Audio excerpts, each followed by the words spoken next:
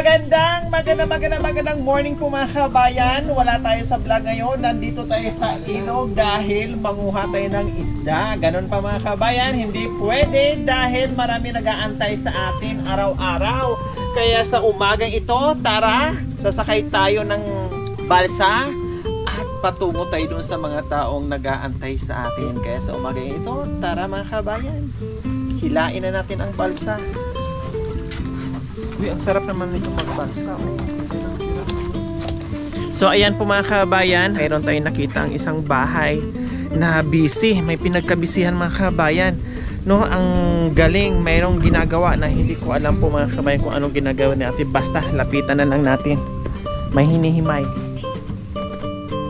So ayan po mga kabayan. Hello, good morning. Good morning. Anong pangalan? Arlene po. Si Arlene Ate Baldalong. Arlene. Ilang taon na si Ate Arlene? 33 po. 33 years old. So, ilan ang anak? Bali, 5 po. 3 ang nasa akin. Mabilis-bilis gumawa. Nasaan si Mister? Wala po dito. Nasaan? Nasa bayan. Nasa bayan, anong ginagawa? Namili po ng langis ng motor. Wow, bakit anong gagawin? Ilalagay po sa motor. Tapos? Tapos syempre gagamitin. O yun, gagamitin. O anong trabaho ni Mister Ate Arlene? Po, nagpipit-pit po ng agyo. Pipit-pit ng agiw? Ang agiw, di ba, halimbawa yung mga dumi na sa loob ng bahay, tinatanggal yung agiw. Opo. Tapa. Bali. Anong tinapa? Tapa. Yun sa agyo. Ah, May example kayo, yung Tan? tagagawa ng ano, yung pang ano ng agiw, Opo. pangtanggal. Pangtanggal ng agyo. Okay. So, magkano yung ganyan? Labor lang po kami dito. Bali, 12 po isa ang ano namin. Ah, tapos kayo, ano naman ang ginagawa nyo? Ito po, naglalaga ng duyan. Duyan. Ayan ba binibenta din? Ginagawa nyo, labor lang din, Oh, ganon. labor lang po kami. Magkano naman halimbawa pag nagawa mo isang buong duyan? Magkano sa iyo per piece? Ano lang po, 12 lang po. Bakit 12? ano Ang lang- hirap maggawa ng duyan, Labor ha? lang po kasi kami. Bali kapag nakagawa po kami ng 10 peraso, ang sweldo po namin 120. 10 piraso, 120. So makailang piraso kasi isang araw? 10 lang po. Pag nag-overtime po kami, magiging 15.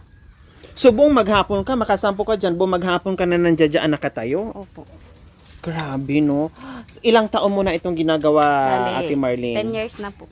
10 years. Sa loob ng 10 taon, sa isang dekada, hindi mo nagawa ng paraan na magkaroon ka ng sariling Ano po ganito, Kasi, hindi po. na Mahal negosyo. po kasi, 100,000 daw po ang umpisa ng ano nito. Bago ka magkaroon ng ganitong paggawaan o ganitong mga materials, kailangan magbuno ka muna ng 100,000. 100,000. So hindi ka nakaipon ng 100,000 sa Hindi loob ng po. 10 taon? Hindi po. Lalo ngayon ang mahal ng bilihin. Oh. Siyempre, hindi po kaya. Hindi kaya. So yung anak mo, ayan nagduduyan, ikaw na rin gumawa ng duyan niya. Ay, binigay lang din po sa akin yun. Binigay lang. Paano gagawin, Ate Marlene? Tama, Ganito. no? Ate Arlene, Ate Arlene po. Arlene. Ito na yung finished product mo. Opo, yan po yun. So, ay hindi pa, ano paano? Lalagyan pa po ng bakal. Okay, para pagsabitan ng tali. Ganon. So, pag dito binili sa inyo, magkano naman ire? Sa amo po namin, binibenta niya 100 isa. Oh, ang mahal nito sa palengke, nasa 300 or yung iba nga pag malaki, 400 plus, di ba?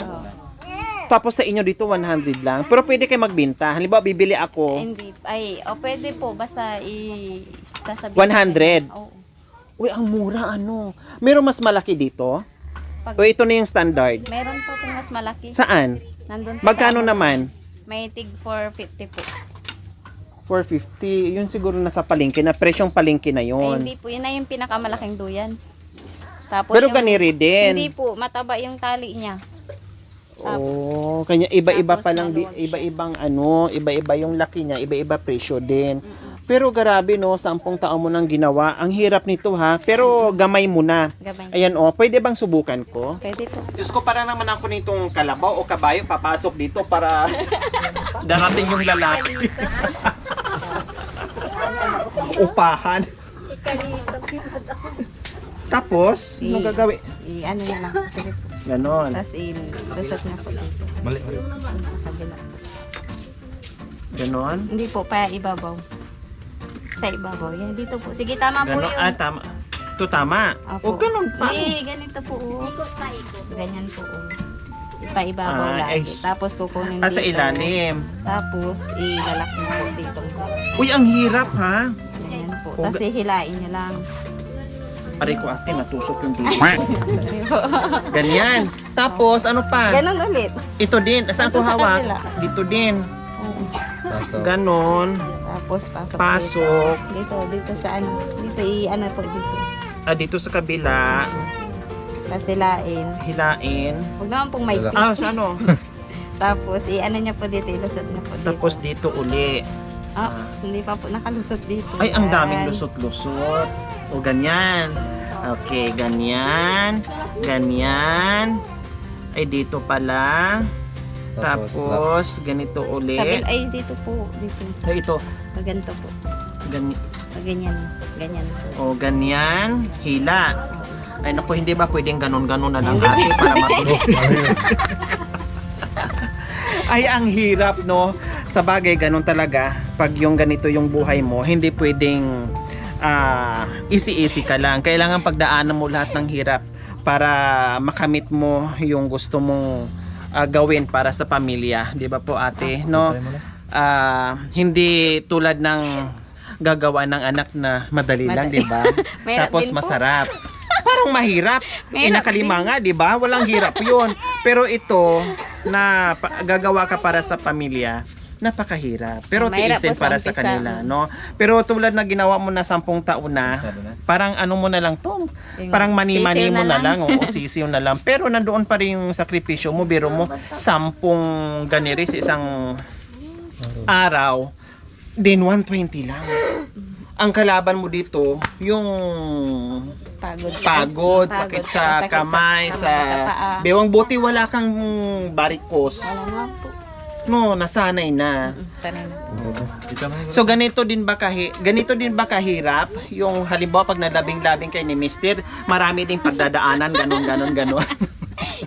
Siyempre. Oh, syempre, wow. Syempre.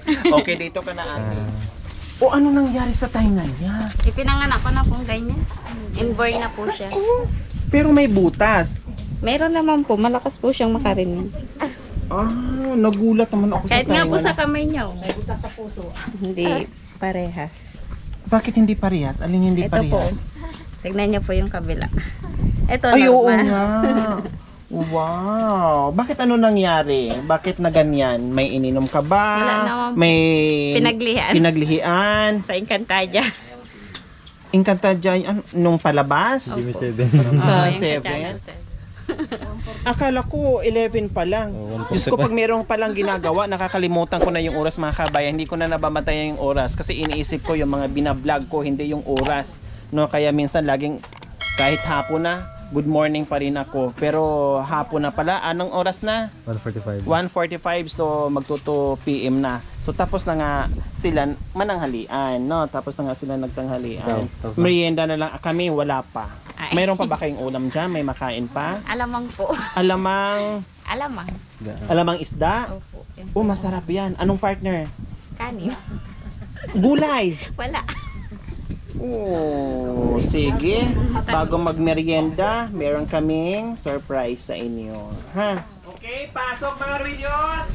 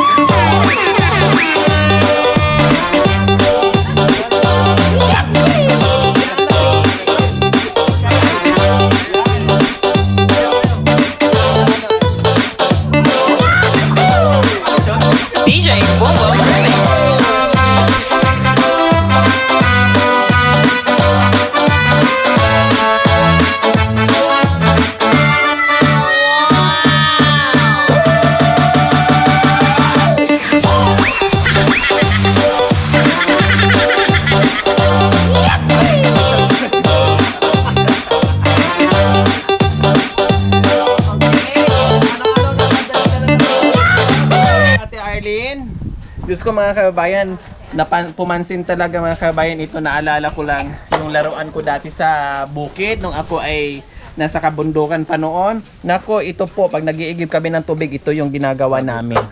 Kawayan, hindi ko na alam kung anong tawag dito. Karito. Karito. Karito.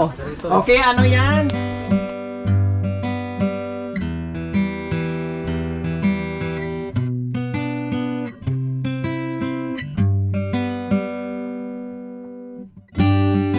Thank you po. Oh, di ba? Oh, ang ganda ng ngiti mo. Oh, ngayon napaiyak ka na naman. Kanina tawa-tawa ka lang, pero ngayon napaluha ka.